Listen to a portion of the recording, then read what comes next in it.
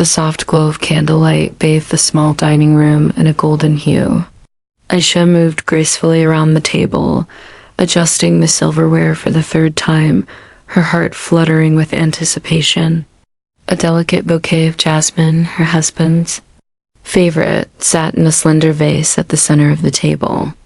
The aroma of freshly cooked biryani, her mother's secret recipe, lingered in the air, mingling with the subtle scent of vanilla from a nearby candle. She paused, gently placing a hand over her belly, a tender smile playing on her lips. The test had been positive twice. After 3 years of trying, prayers, doctors, and quiet heartbreaks, the miracle she had dreamed of was finally real. Tonight, she would tell Rayan. She had imagined this moment so many times. She had even bought a tiny pair of baby socks and wrapped them in a small gift box with a note inside that read, "Can't wait to meet you, Daddy." She glanced at the clock again. 8:05 p.m. He was supposed to be home by 7:30. Her phone buzzed at RGN, running late. "Be there soon." She tried to ignore the slight tug of disappointment. He was always busy now, always working late. But tonight was different. He would understand once he knew. He would smile, laugh, maybe even cry. Essa imagined his reaction. As she lit the final candle and stepped back, surveying the setup with a hopeful heart, the door finally opened at 8:42. "Rayan, you're home," Issa greeted with a wide smile, wiping her hands on her apron and walking toward him. But Rayan didn't smile back. He looked tired, distracted. His tie was loose, and his shirt was crumpled like he'd been tugging at it all day. "Yeah, sorry. Got stuck at work," he muttered, dropping his keys carelessly onto the console. His phone buzzed in his hand. He glanced at it, frowned, and quickly shoved it into his pocket. Asi's smile faltered slightly. "I made dinner. Your favorite. There's something I want to tell you. Can it wait?" "I'm really not in the mood for now," she said, more firmly than she intended. "Please, just sit. It's important." Reluctantly, Rayan took a seat as she handed him the small gift box. He looked at it, confused. "What's this?" "Open it," she whispered, her voice trembling with excitement. Rayan opened the box and stared at the tiny socks for a moment before pulling out the note. As his eyes scanned the message, something in his face shifted, but not the way Aisha had hoped. "You're pregnant?" he asked flatly. She nodded, beaming. "Yes, isn't it amazing?" There was a long, uncomfortable silence. Rayan looked away, running a hand through his hair. I don't know what to say." "You're going to be a father." "Rayan," she said softly, "we're going to be parents." He didn't smile. He didn't reach for her. Instead, he stood up abruptly. "I need to shower. We'll talk later." She sat frozen as he walked away, the soft sound of his footsteps fading up the stairs. The candles flickered. The biryani sat untouched. The small note lay forgotten on the table. Aisha blinked rapidly, trying to fight the sting of tears as the reality settled in. This wasn't how it was supposed to go. He didn't smile. He didn't hold her. He didn't care. As the minutes ticked by, the only sound in the room was the soft hiss of wax dripping onto the table. The once bright candle near her dimmed slowly, its flame flickering lower and lower, until finally it went out. Days turned into weeks, but the warmth never returned to Rayan's eyes. Aisha tried to dismiss it, at first blamed stress, workload, fatigue, but the silences grew longer. His touches turned mechanical. His smiles, when they came at all, were distant and strained. And then the signs began to appear. It started with a dry cleaning receipt in his pants pocket. Not unusual, except the note on the bag, scrawled in pink lipstick. "See you next weekend, Z." Her heart skipped a beat. Maybe it was a joke, a misunderstanding, but deep inside her instincts stirred. Something wasn't right. Then came the sudden weekend business trips, always urgent, always last minute. He'd pack fast, kiss her cheek lightly like one would kiss a stranger, and be gone for 2 days with barely a call. When he returned, he smelled different expensive cologne she hadn't bought him, faint traces of perfume clinging to his shirt. Aisha confided in her best friend Sarah during a restless lunch at their favorite cafe. The concern in Sarah's eyes was immediate.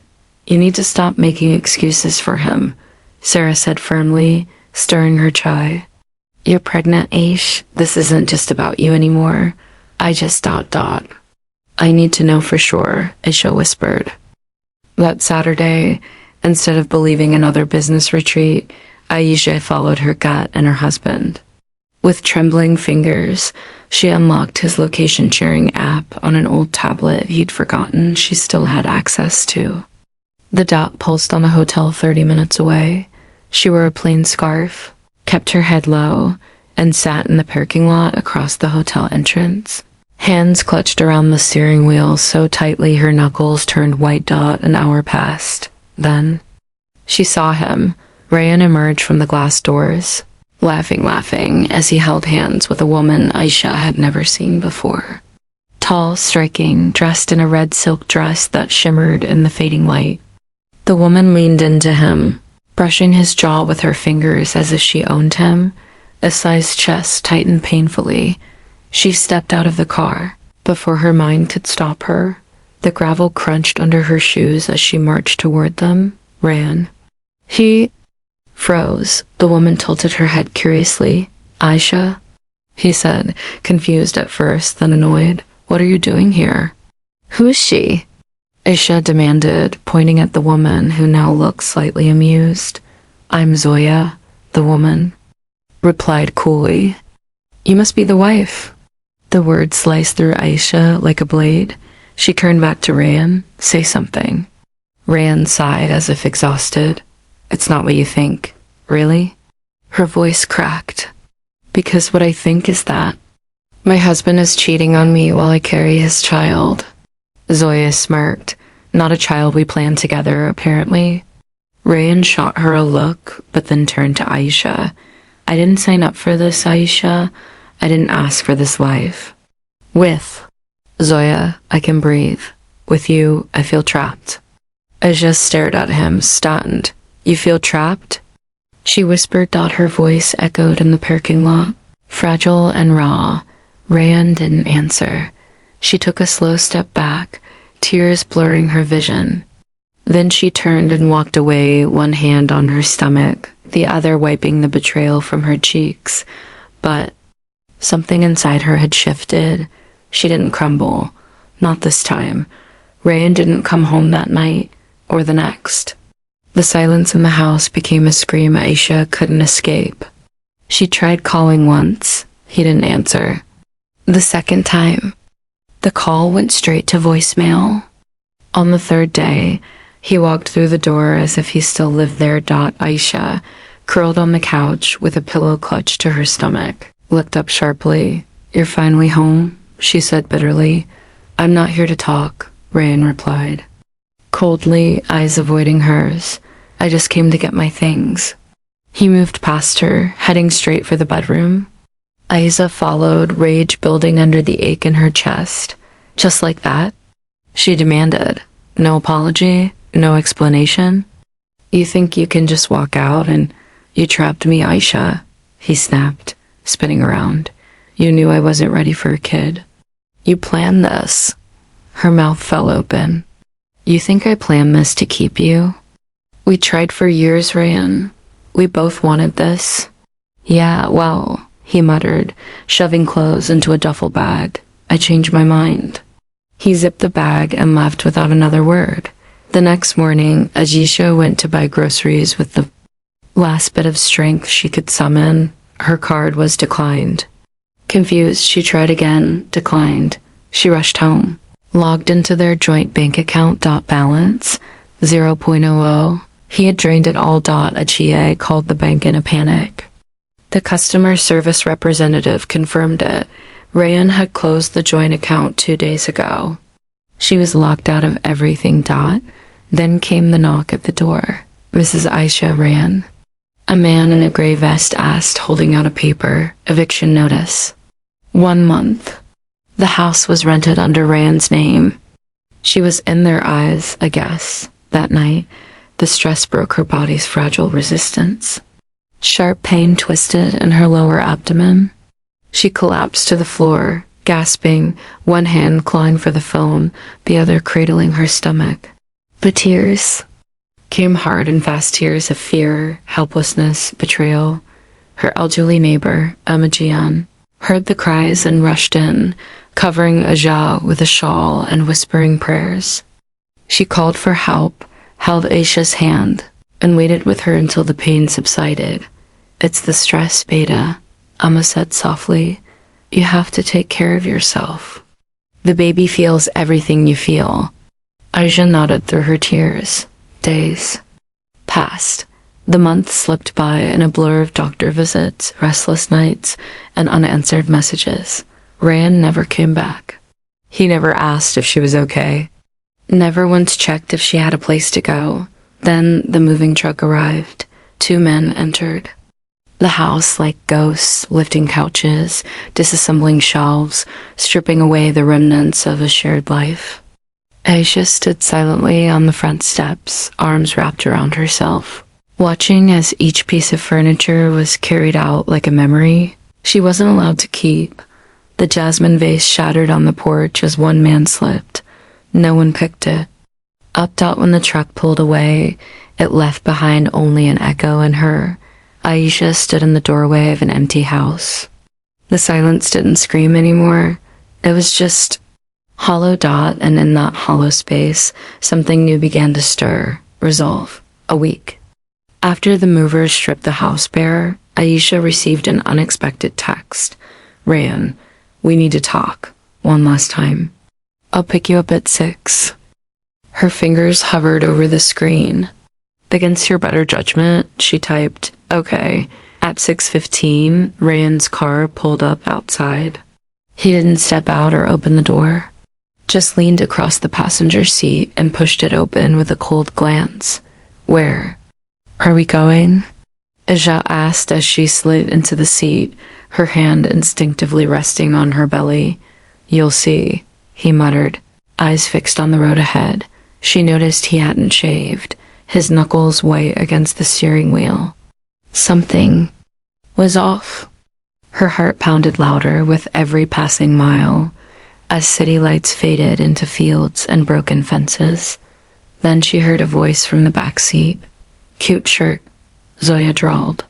Does it come in adult sizes? Aisha turned sharply. Zoya sat smugly, sunglasses pushed up on her head, scrolling on her phone like it was just another errand. You brought her?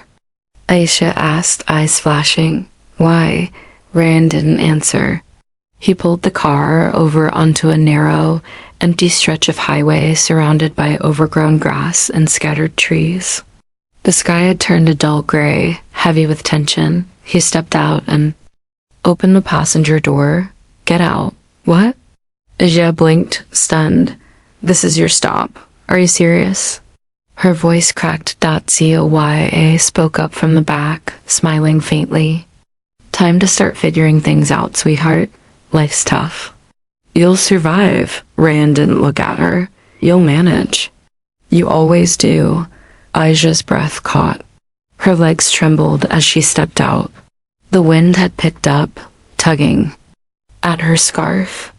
The door slammed behind her, and within seconds, the car sped off taillights. Shrinking into the horizon, the first raindrop fell, dot, then another dot, and then the sky opened up. Rain poured from the heavens as if the world itself wept for her. Her clothes clung to her skin, her shoes sank into the mud, her tears indistinguishable from the storm. She walked aimlessly, one hand shielding her face, the other protectively over her stomach. Her phone was dead. There was no one around. Number. Houses, no shelters. Just a long stretch of cruel, wet road. Her legs gave out near the ditch. She dropped to her knees, sobbing, shivering, lips murmuring prayers, pleading for strength, for safety, For her baby, headlights, faint and distant at first, then growing brighter. A truck slowed to a crawl beside her. The driver rolled down the window, a bearded man in his 50s with kind eyes and a worn cap. "Betty, are you all right?" He called out. She could barely nod. He stepped out, offered her his coat and a strong arm. "There's a clinic a few miles down. Come, I'll take you." She hesitated, then leaned on him. Every step a painful echo of abandonment, but also a small act of survival. The storm raged around them, but inside that truck, it was quiet, safe, warm, and for the first time in weeks, Ichi allowed herself to believe this wasn't the end, just the beginning of something different. The clinic smelled of antiseptic and old files. A modest building tucked between fields and a shuttered petrol pump. The nurse led Aisha through faded white corridors to a small examination room. She lay on the bed, shivering under a thin blanket as the doctor examined her with gentle hands and furrowed brows. "You're lucky," he said softly, glancing over the ultrasound monitor. "The baby is fine for now, but the amount of stress you've endured, it's dangerous. Very dangerous." Aisha stared at the screen where a tiny heartbeat flickered like a distant star. The doctor's voice grew distant, muffled by a rush of memories. She remembered when Ryan used to wait for her outside her university gates with hot tea in a flask.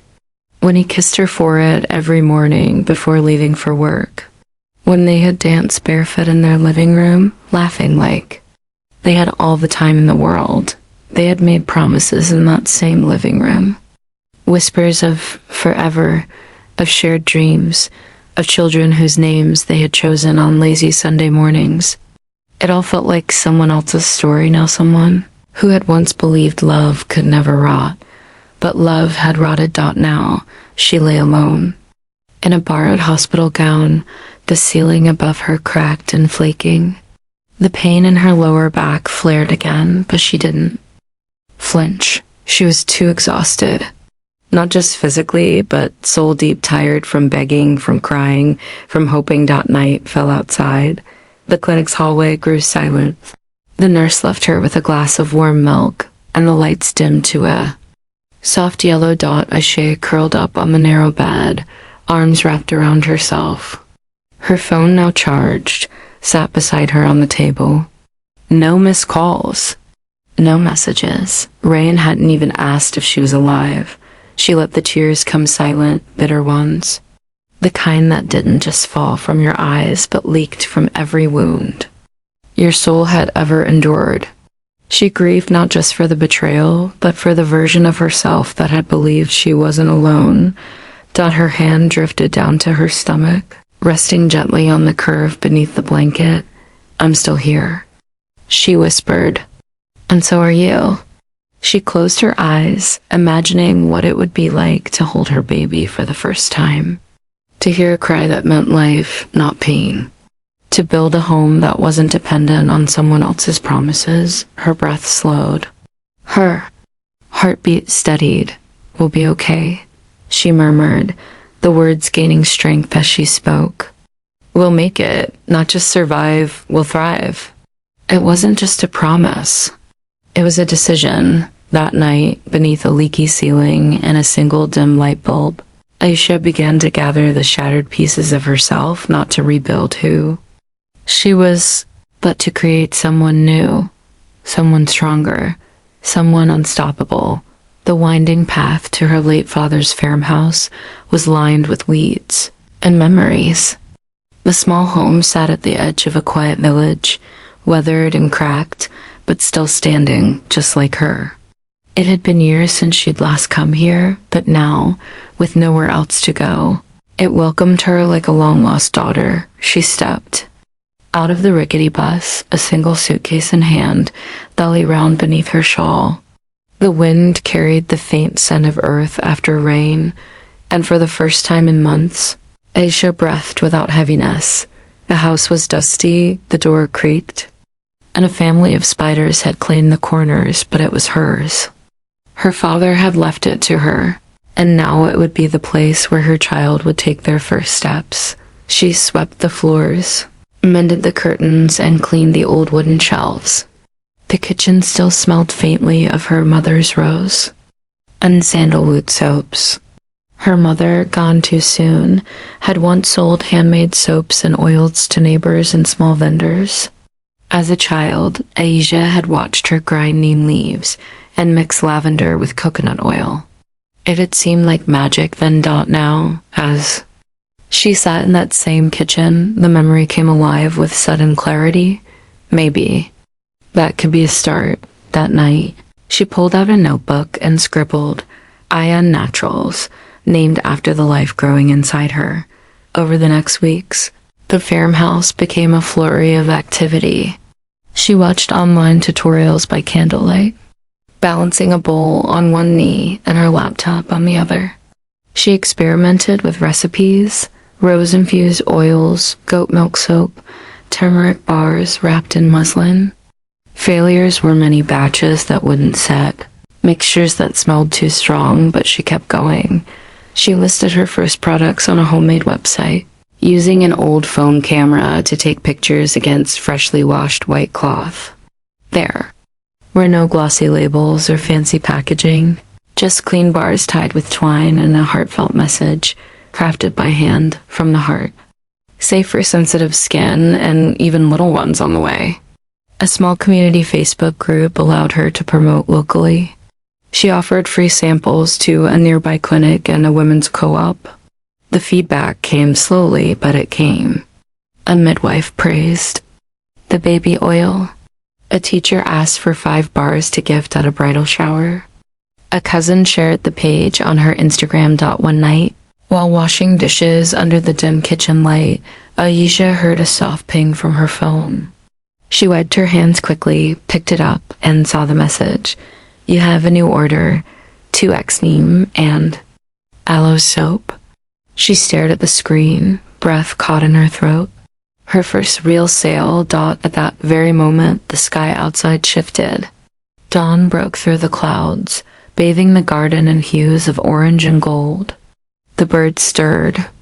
The first rays of sunlight stretched across the wooden floor like blessings. Aisha stood by the window, hands cradling her belly, a small smile playing on her lips. This wasn't just a sale. It was a seed. A beginning, a soft whisper from the universe that said, you're on the right path. It started with a message in her inbox. At the skincare sister. Tried your neem and aloe soap, honestly obsessed. Can I post a review? Aisha blinked in disbelief.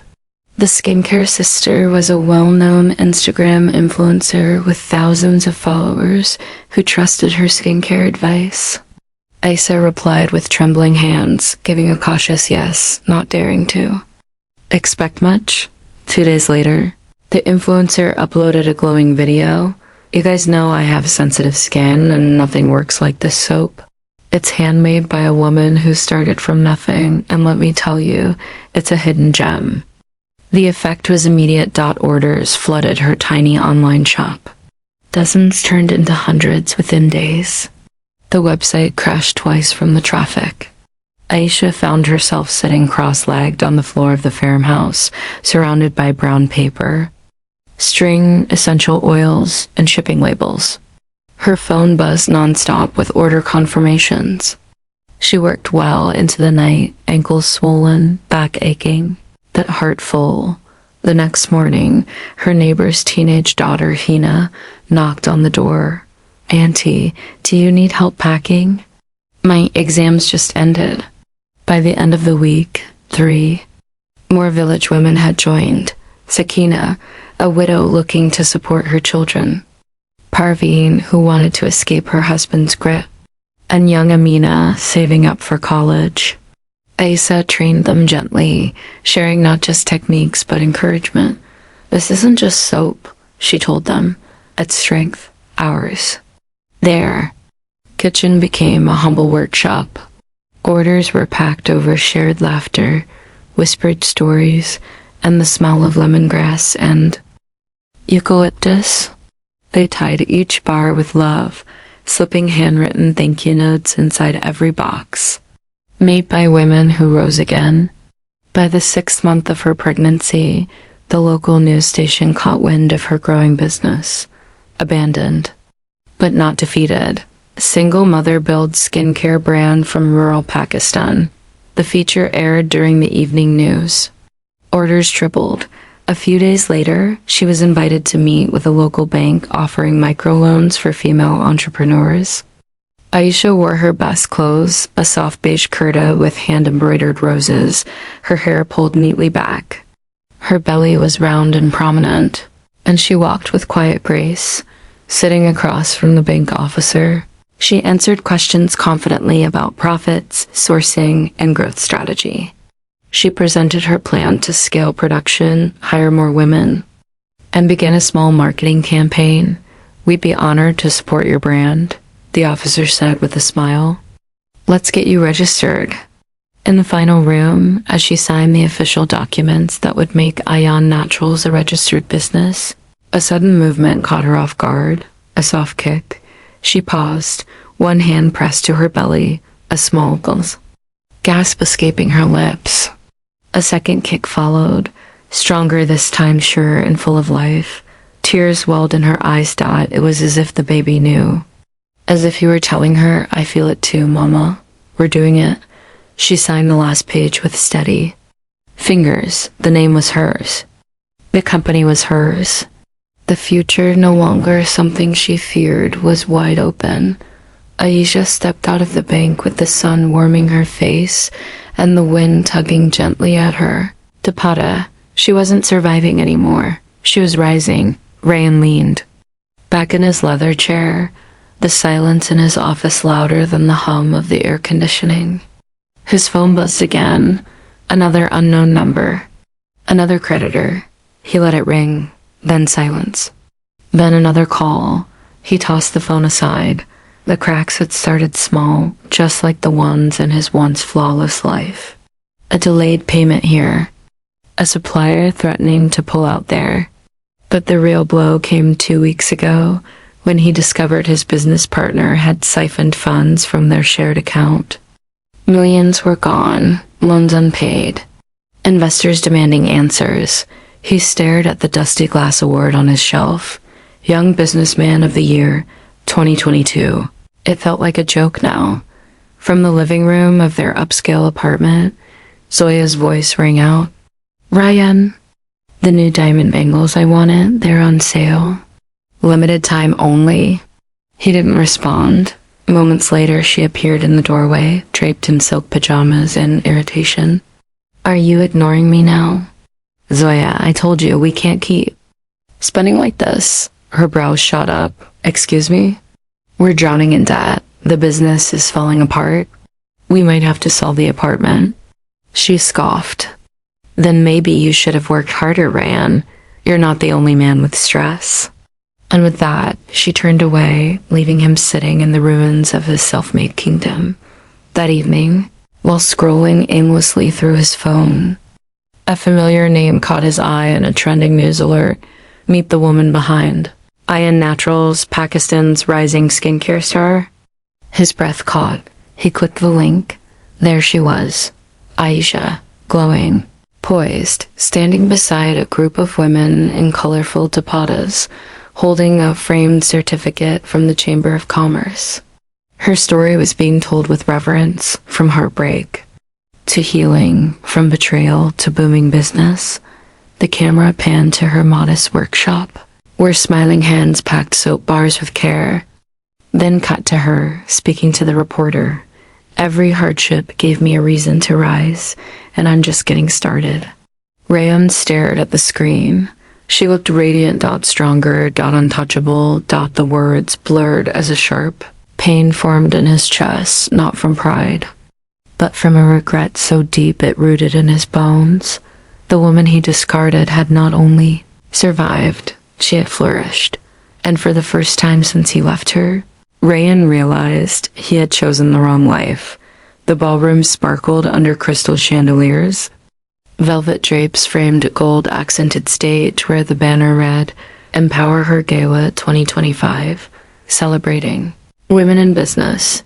Aisha stepped out of the black car slowly, carefully balancing her round belly in a deep emerald gown. Her hair was curled in soft waves, her dupatta draped with elegance, and her confidence unmistakable. Every step onto the red carpet was a declaration. I have arrived. Cameras flashed as photographers called her name. She smiled politely, answering a few questions before being ushered inside. IN Naturals had been nominated for Most Innovative Small Business of the Year. But tonight wasn't about awards, it was about proof. Proof that rising didn't require anyone's permission, as she entered. Heads turned. Women she had once admired now nodded at her with respect. Investors approached her with admiration. Her story, once whispered in pity, was now told in boardrooms. Back near the entrance, hidden behind the crowd, Rayan stood in a borrowed blazer. He wasn't on the guest list, but he bribed a staffer to let him through. When he saw Aisha, he froze. She looked ethereal, unreachable. For a moment, he saw the girl he had married, but she was no longer waiting for him. She had outgrown him. He waited until after the award was announced. When her name echoed through the speakers, followed by applause, he stepped closer, moving past tables as she made her way to the stage, and the winner of this year's Innovation Award, Aisha Rayan of IM Naturals. Standing tall, Aisha received the award with grace. The applause swelled. Cameras zoomed in on her glowing face, her proud smile, and the baby bump she wore like a badge of courage. As she began her speech, Rayan made his move, stepping toward the stage. Aisha, he called softly, almost pleading. Please, can we talk? The microphone picked it up. The crowd quieted. Aisha turned slowly. Recognition flickered in her eyes, but there was no warmth. Security, she said calmly, never raising her voice. Two guards moved swiftly, intercepting Rayan as murmurs rippled through the audience. He resisted slightly, humiliation darkening his face, but they escorted him out, just as he stumbled past the velvet ropes. His phone buzzed. COYA. This is too messy for me. We're done. Good luck. He looked up, and in that instant, a camera captured it all. The shock on his face, the confusion, the heartbreak. A fallen man outside a hall that once would have begged for his presence. Back inside, Aisha turned back to the crowd. She adjusted the mic, took a breath, and smiled.